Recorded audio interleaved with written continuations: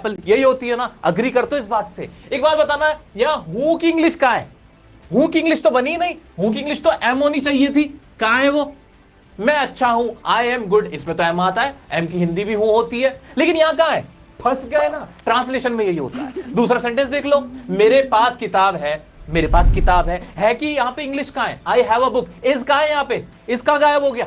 कहां हो गया गायब? और इसी ता था तिथि के साथ ये आएगा, तो थो के साथ ये आएगा, इसी ताता थैया में हम भरतनाट्यम करते रह जाते हैं और हमें इंग्लिश नहीं समझ आती। फिर ट्रांसलेशन करना कैसे है, क्या तरीका है, वो मैं आपको बताने वाला हूं। 10 मिनट है क्या तुम्हारे पास मेरे लिए? जरा कमेंट करके बता देना, और मैं चला आपको एक नए ढंग से ट्रांसलेशन। दोस्तों आगे बढ़ने से पहले आप लोग मुझसे कहते रहते हो कि सर हमें कोई बढ़िया सी इंग्लिश ग्रामर की बुक बता दो, हम हमारे कंपेटिटिव एग्जाम के लिए अगर ग्रामर सीखना चाहते तो कहां से सीखे, कोई अच्छी सी बुक बता दो, कोई बेसिक बुक बता दो। तो आज मैं आपको एक बुक बता देता हूं। एक बुक है रेडियंस की बेसिक इंग्लिश ग्रामर की बुक। ये बुक मेरे पास भी ये रही। इस बुक का साइज देख रहे हो, बड़ा कॉम्पैक्ट सा साइज है, ऐसा लग रहा है जैसे कोई नॉवेल हो, बगल में दबा के कहीं पे भी निकल सकते हो, कहीं पे भी बैठ के पढ़ सकते हो, तो बिल्कुल नॉवेल वाली फीलिंग दे रही है। तो सबसे पहला तो इसका मुझे साइज बड़ा अच्छा लगा, कॉम्पैक्ट है। बच्चे ना ग्रामर की बुक इतनी लंबी लंबी छोटी छोटी होती है कि उनको बैठ के पढ़ ही नहीं पाते। इसमें बात है कि नॉवेल की तरह ऐसे एक हाथ में आ जाती है, यूं लेके चल दी और कहीं पे भी बैठ के जब भी टाइम मिला आप पढ़ सकते हो। दूसरा, जिसका जो कंटेंट है ना, जिस तरह से उसको डिजाइन किया गया है, जो उसका स्ट्रक्चर है वो बड़ा अच्छा है, बहुत सिंपल और easy cut to cut language में विद फुल क्लैरिटी सारी चीजें मेंशन की गई हैं। फॉर एग्जांपल इसका पेज नंबर 32 उठा के देखना।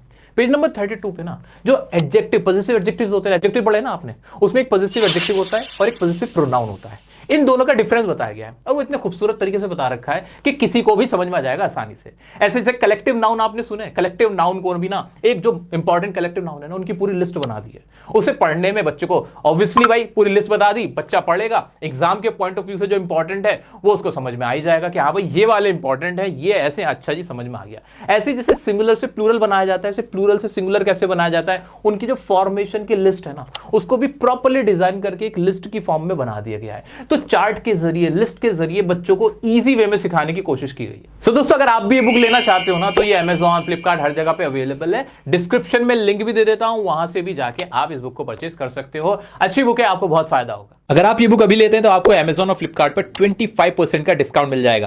दोस्तों दरअसल हमें हमारे थॉट्स को इंग्लिश में ट्रांसलेट करना होता है। मेरे माइंड में जो चल रहा है ना, उसे मैं इंग्लिश में बोल दूं, दैट्स इट। इससे ज्यादा कुछ करना ही नहीं। ये नहीं कि हिंदी से इंग्लिश में ट्रांसलेट करो, पढ़ता है कि इंग्लिश क्या होती है, इज की इंग्लिश क्या होती है, हूं की इंग्लिश क्या होती है, पढ़ा की इंग्लिश क्या होती है, ऐसे वर्ड टू वर्ड हमें ट्रांसलेट करने की जरूरत ही नहीं है। और ऐसा करोगे कैसे? थॉट्स को कैसे इंग्लिश में ट्रांसलेट करना है, 4, जी हां दोस्तों, सिर्फ 4 स्टेप्स मैं आपको बताने वाला हूं। और फिर देखना, फिर आपका कॉन्फिडेंस कहां जाके रुकता है। दोस्तों कोई आपको ये बातें नहीं बताता, ये मैं आपको सच्चाई बता रहा हूं, कोई नहीं बताने वाला है, क्योंकि सबको आपसे पैसे चाहिए होंगे, आपसे कुछ और चाहिए होगा। मुझे आपसे सिर्फ आपका प्यार चाहिए, आपको कामयाब होते हुए देखना चाहता हूं। तो एक बार पूरे जोश के साथ आ जाओ, जरा फोकस करते हुए इधर देखो। ये 4 स्टेप। स्टेप नंबर 1, पहला काम क्या करना है?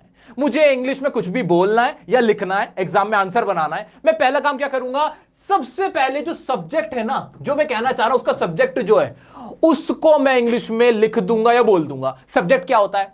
अरे जैसे आप कुछ भी बोलोगे तो क्या बोलोगे? आप बोलोगे मेरे पापा ने मुझे पीटा, मेरे टीचर ने मुझे पढ़ाया, वो आ रहा है, वो बकवास कर रहा है, वो मोबाइल में गेम खेल रहा है, हम जा रहे हैं, मैं कपड़े धो रहा हूं, मैं परेशान हूं, वो बड़ा दुखी है। इसमें वो, मैं, तुम, मेरे पापा, मेरे टीचर, ये लोग क्या है? ये सब्जेक्ट है। यानी सब्जेक्ट कौन होता है? जो काम कर रहा होता है या जिसके बारे में बात होती है ना। सबसे पहले ना आंख बंद करके उसे लिख देना या उसे बोल दो। इतना क्लियर कर लिया?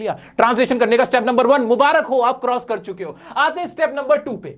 स्टेप नंबर 2 क्या है मेरा? अब क्या करना है? अब क्या करना है? अब आप जो भी बात बोलना चाहते हो या जो भी बात लिखना चाहते हो, जैसे मैं बोलना चाहता हूं कि मैं 2 दिन से इंग्लिश पढ़ रहा था, मैं बड़ा परेशान था, वो आ रहा है, उसने मुझसे पूछा, मैंने उसे बताया, हमने पेपर दिया, हमने बड़ी मेहनत की, हमने बड़े मजे किए, मैं कल वहां खाना खा के आया। इस तरह का मुझे कोई ना कोई तो सेंटेंस बोलना होगा ना। मुझे पहचान ये करनी है कि जो भी बात मैं कहना चाह रहा हूं, जो भी बात मैं कहना चाह रहा हूं, उसमें क्या कोई काम हो रहा है या नहीं हो रहा है।